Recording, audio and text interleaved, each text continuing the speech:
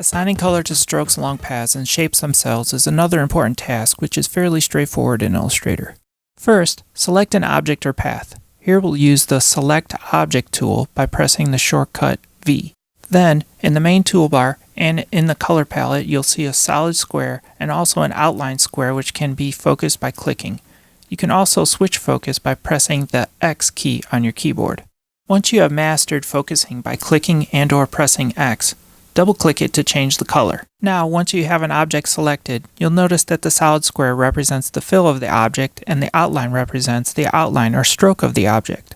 Aside from assigning colors in the color picking palettes, let me introduce you to the Swatches palette, where you can more easily keep track of your colors in your document.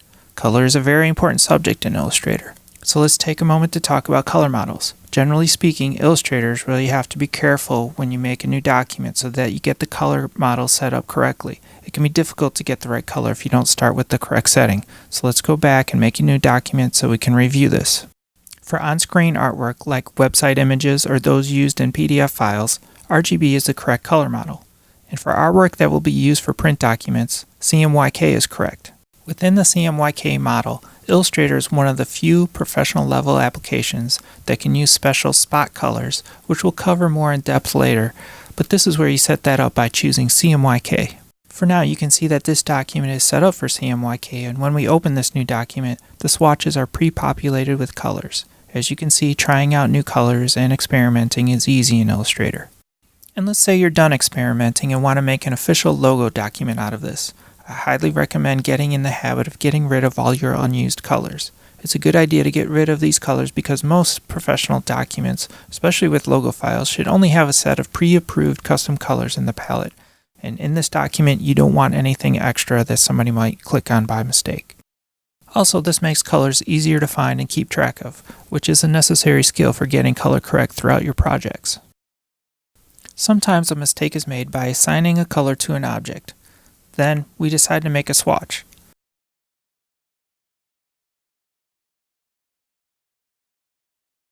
This is going to result in a swatch that looks like it's applied, but it is not. Should we then decide to make a change, the swatch will not update and we could get a color that's incorrect.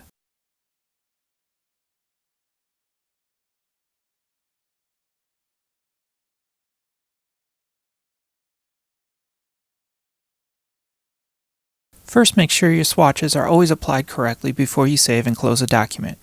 And if you open a document with swatches, make sure the swatches are actually applied. You can check this by double-clicking a swatch, then by making a dramatic change in the color, you should see the color on the object change in unison, which means this swatch is working correctly.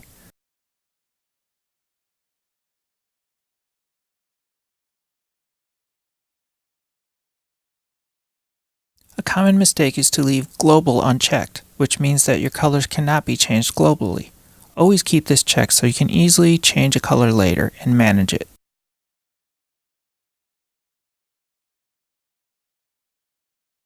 If you have a document that has many colors that are not global,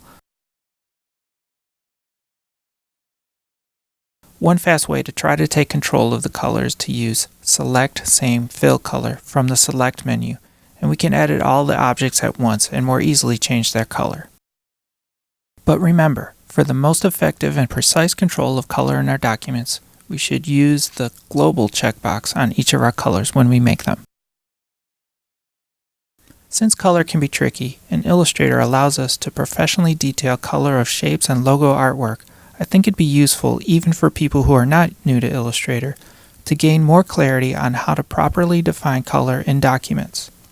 Let's reiterate how and why color modes are important with some examples which allow us to take a closer look at color modes.